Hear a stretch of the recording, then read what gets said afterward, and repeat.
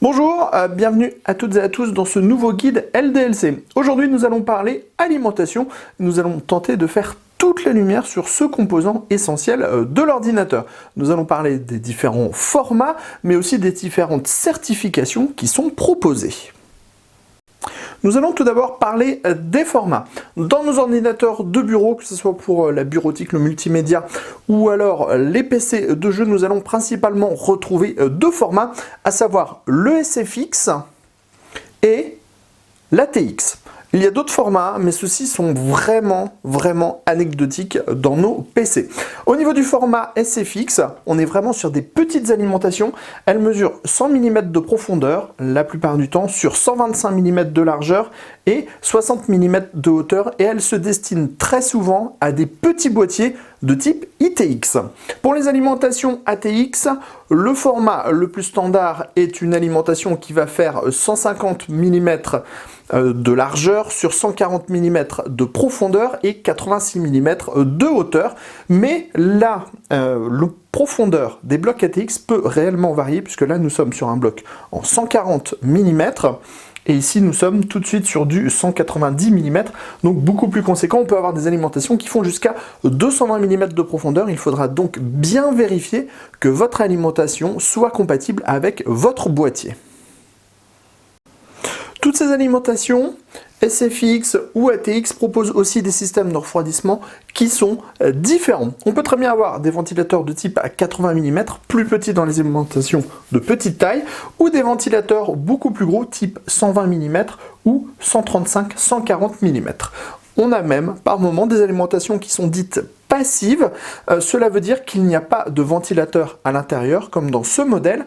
On a une carcasse qui est très aérée et qui va permettre en fait à l'air chaud de se dissiper naturellement de l'alimentation. Sachez également que les ventilateurs peuvent avoir différents modes de fonctionnement.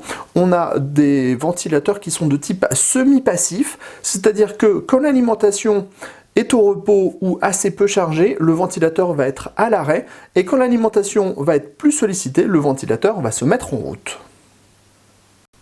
Nous allons aussi avoir des différences notables au niveau du câblage. Les câbles sont tous les dispositifs qui vont vous permettre d'apporter du courant à votre carte mère, votre processeur, vos disques durs ou encore vos cartes graphiques.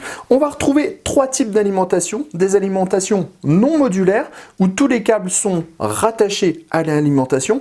Nous allons ensuite avoir des alimentations de type semi-modulaire où principalement le connecteur 24 broches et le connecteur CPU sont reliés à l'alimentation, mais pas les connecteurs pour les cartes graphiques ou encore les périphériques. Et enfin, nous avons les alimentations entièrement modulaires où tous les câbles sont détachés. Les alimentations modulaires se destinent plus souvent aux machines haut de gamme et aux gens qui veulent vraiment avoir une esthétique très poussée dans leur ordinateur. Les alimentations semi-modulaires sont pratiques car elles permettent de se séparer des câbles que l'on ne veut pas utiliser. Enfin, on préférera une alimentation non modulaire dans un boîtier qui ne propose pas par exemple de porte avec une fenêtre où on ne verra pas en fait l'intérieur du PC. Les câbles ont alors un peu moins d'importance. Vous remarquerez que toutes nos alimentations ont un petit logo apposé sur leur fiche technique, ce petit logo qui se nomme le 80+. Le 80+, c'est une certification qui atteste du rendement de l'alimentation. Une alimentation de type 80+, donc classique, va par exemple demander 400 watts et vous restituer 320 watts pour votre machine. On est donc sur un rendement de 80%, tout simplement. On a différentes normes, à savoir le 80+, le 80+ bronze, le 80+ silver, le 80+ gold, le 80+ platinum et le 80+ titanium. À chaque fois qu'on monte en gamme, on monte en rendement.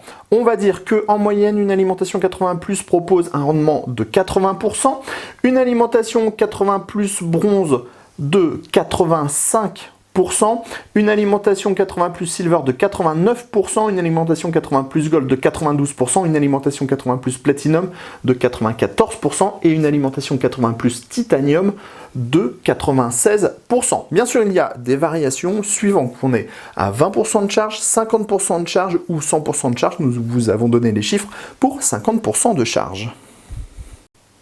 Dernier point, il vous restera à déterminer la puissance nécessaire pour votre machine. Une machine bureautique réclame assez peu d'énergie, on pourra se contenter de 300 à 400 watts. 400 watts si on a une carte graphique dédiée, ce qui est rarement le cas sur une machine de type bureautique. Si on est sur une machine de type jeu, tout va dépendre en fait de votre processeur, de votre carte graphique ou de vos cartes graphiques.